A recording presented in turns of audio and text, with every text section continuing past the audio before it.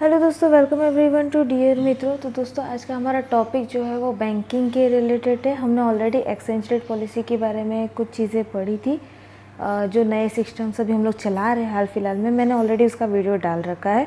लेकिन आज के हम लोग के इस वीडियो में हम देखेंगे कि इसके पहले हम लोग के कौन कौन से एक्सचेंज रेट पॉलिसी चल चुके हैं, जो पहले हम लोग ट्रेडिशंस में चलाते थे। तो अभी हम लोग इस वीडियो में सारा वही चीज़ देखेंगे। हम लोग की 4 टाइप के एक्सचेंज रेट पॉलिसी हमारी कंट्री में चली है या पूरे वर्ल्ड में चली है, जिसमें से सबसे पहला हम लोग का है fix exchange rate policy. Fix exchange rate policy होता क्या है, तो उनका एक्सचेंज रेट जो है पर्टिकुलर ऑफिशियली फिक्स किया जाता है बाय गवर्नमेंट और बाय बैंकिंग। ठीक है, तो उनके रेट ऑलरेडी फिक्स कर देते हैं, उसको हम लोग बोलते हैं फिक्स एक्सचेंज रेट पॉलिसी। लिखा के हम लोग देख लेते हैं। A fix exchange rate is a country's exchange rate regime under which the government और the central bank ties the official exchange rate to another country's currency और the price of the gold. Fix exchange rate का मतलब ही रहता है कि जहाँ पे government या तो फिर सेंट्रल बैंक जो है अपने एक्सचेंज रेट ऑफिशियली फिक्स कर दे और पूरी कंट्री को उस ऑफिशियल एक्सचेंज रेट के ऊपर एक्सचेंज करना पड़े, उसको हम लोग क्या बोलते हैं, फिक्स एक्सचेंज रेट पॉलिसी। इसकी वजह से फ़ायदा क्या होता है, तो इन्फ्लेशन या डिफ्लेशन वाली सिचुएशन जो है वो कंट्रोल में रहती है गवर्नमेंट और सेंट्रल बैंक के हाथ में, और बहुत ज़्यादा इन लोग फ्लक्चुएट होने नहीं देते वैल्यूज़ को। इसकी वजह से हम लोग का ना काफ़ी ज़्यादा इन्फ्लेशन होता है ना काफ़ी ज़्यादा डिफ्लेशन होता है। ठीक है, तो ये हम लोग का फिक्स एक्सचेंज रेट पॉलिसी हो गया। फिर सेकेंड हम लोग का है floating exchange rate policy. When the exchange rate is determined freely by the market force without any control or restriction being imposed by the monetary authority, it is known as free or floating exchange rate। यानी यहाँ पे market force के हिसाब से rate fix किया जाता है, उसको हम लोग क्या बोलते हैं, फ्लोटिंग एक्सचेंज रेट या फ्री एक्सचेंज रेट। ठीक है, तो यहाँ पे गवर्नमेंट अपना कोई कंट्रोल नहीं चलाती, ना बैंक अपना कंट्रोल चलाती है। तो ये रेट किस तरीके से फिक्स किया जाता है, तो मार्केट के हिसाब से। मतलब अगर मार्केट में पैसों की बढ़ोतरी काफ़ी ज़्यादा हो रही है या एक्सपोर्ट काफ़ी इंक्रीज हो रहे हैं, तो एक्सचेंज रेट क्या हो जाएगा, इंक्रीज हो जाएगा। लेकिन अगर अपोजिट सिचुएशन रही तो एक्सचेंज रेट उन लोग क्या कर देंगे, डिक्रीज कर देंगे। ठीक है, अब इसके मेन कैरेक्टरिस्टिक क्या है, सबसे पहले तो ये पॉलिसी जो है सिर्फ एक पर्टिकुलर एक करेंसी के साथ जुड़ी नहीं है, यहाँ पे बहुत सारी करेंसी साथ में मिल के आती है, जिसको हम लोग बोलते हैं basket of currency. Basket of currency का मतलब अपनी अपनी स्टेट्स की या अपनी अपनी कंट्री की अपनी अपनी करेंसी रहती है, तो वो करेंसी एक साथ मिल के आती है और उनके बेस पे हम लोग एक्सचेंज रेट डिसाइड करते हैं। यानी जिस कंट्री के साथ हम लोग का एक्सपोर्ट इंपोर्ट सबसे ज़्यादा है, उस कंट्री का एक्सचेंज रेट अलग होगा, जिस कंट्री के साथ कम है उस कंट्री का एक्सचेंज रेट अलग होगा। ठीक है, फिर any change in the external value of any of this basket of currency leads to the change in the external value of the rupee। अगर इनमें से किसी में भी चेंजेस आ गए, अगर हम लोगों ने एक्सपोर्ट में चेंजेस कर दिए या टैक्सेशन रेट में चेंजेस हो गया, तो हमारे रुपीज़ में भी चेंजेस आएंगे। थर्ड, अगर बास्केट ऑफ करेंसीज में कुछ वैल्यूज़ जो है इंक्रीज हो रही है, तो हमारी करेंसीज की वैल्यू भी इंक्रीज होगी। अगर करेंसी डिक्रीज हो रही है तो हमारी एक्सचेंज रेट भी डिक्रीज होगी। लेकिन अगर करेंसी दो अलग अलग है, मतलब सबकी अपनी अपनी करेंसीज है, अपने अपने हिसाब से उन लोग चल रहे हैं और हम साथ में सबको पे नहीं कर सकते, इसकी वजह से उन लोग क्या कर देंगे, एवरेज कर देंगे। थर्ड पॉइंट हम लोग को दिया है, from the basket of currency if the external value of some of the currency rises while that of the some currencies fall, in that case the average change in the value is determined and if the change is found to be nominal the value of the rupees is kept stable. जो मैं आपको समझाना चाहती हूँ वही यहाँ पे दिया है कि कुछ कंट्री की वैल्यू काफ़ी ज़्यादा इंक्रीज़ हो रही है जबकि कुछ कंट्री की वैल्यू काफ़ी ज़्यादा डिक्रीज़ हो रही है, तो पता नहीं चल रहा कि कैसे हम लोग एक्सचेंज रेट डिसाइड कर सकते।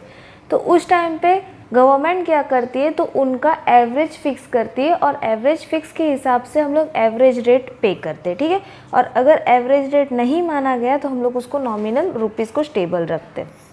अब इससे थोड़ा बहुत नुकसान क्या होता है, इससे थोड़ा बहुत नुकसान, ये फ़ायदा तो बहुत कुछ दे देता है कि हम लोग जितना चाहे उतना प्रॉफिट कमा सकते हैं, लेकिन नुकसान ये रहता है इसमें काफ़ी लोग ऐसे रहते हैं जो मार्केट की प्राइस अलग रख के अपनी प्राइस अलग बताते हैं, तो इसमें ब्लैक मार्केटिंग होने का चांसेस सबसे ज़्यादा होता है। ठीक है, फिर थर्ड हम लोग का है मल्टीपल एक्सचेंज रेट पॉलिसी।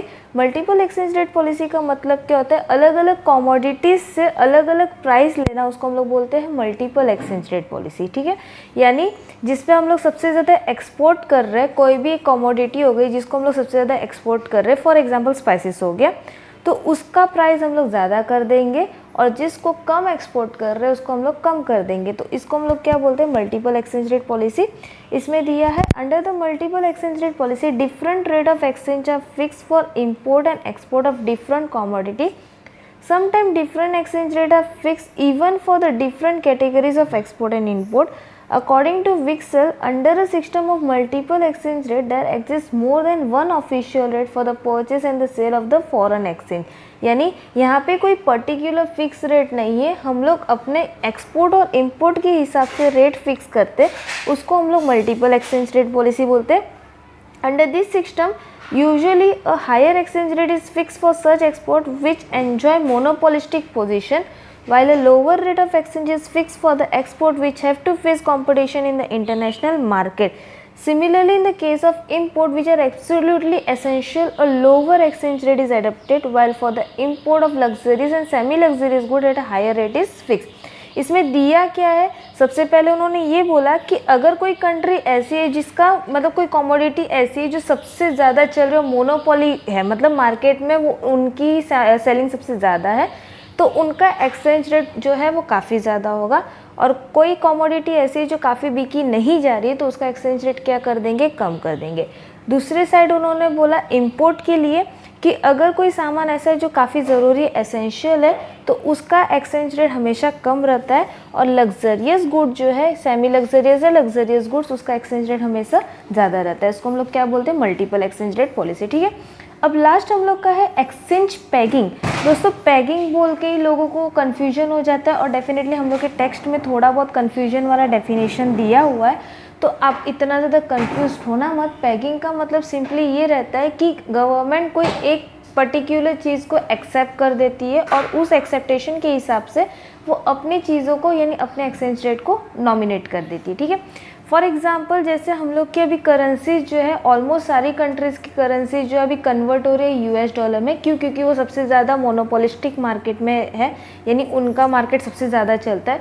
इसकी वजह से हम लोग की सारी करेंसीज जो है, जो जो कंट्रीज़ हैं उन सारी करेंसीज को हम लोग को डॉलर में कन्वर्ट करना पड़ता है, और जबकि कुछ ऐसी कंट्रीज़ जो है जो इसको गोल्ड में भी एक्सेप्ट करती है। यानी पैजिंग का मतलब ज़्यादा कुछ नहीं देता, हम लोग की जो करेंसी है उस करेंसी को हम लोग किसी एक चीज़ में कन्वर्ट करके रखते हैं, उसको हम लोग एक्सचेंज पैगिंग बोलते हैं। ठीक है, under a policy of exchange paging the government holds the exchange value of इस currency at a level different from the one which would have otherwise prevailed had the market force been allowed to free play. Thus, if the force of demand and the supply are allowed to operate freely in the foreign exchange market, the rate of exchange will tend to be stable at its natural level.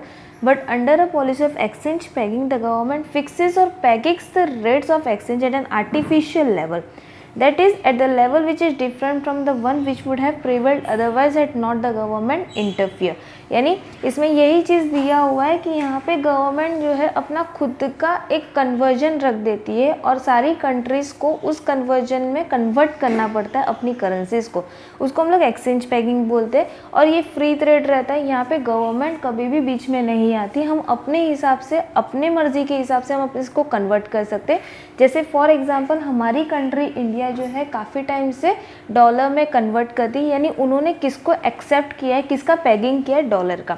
वैसे ही कुछ countries ऐसे रहती है जो इसको gold में convert कर सकती है, कुछ यूएस डॉलर में, मतलब अलग अलग चीज़ों में कन्वर्ट करती है, तो वो उस कंट्री के ऊपर डिपेंड रहता है उनको क्या एक्सेप्ट करना है। ठीक है, फिर एक्सचेंज पैगिंग जो है दो टाइप में रहता है, एक पैकेट अप एक्सचेंज रेट और दूसरा पैकेट डाउन एक्सचेंज रेट। इसको आपको डीप में जाने की ज़रूरत नहीं है, आप इतना लिखोगे तो भी काफ़ी है।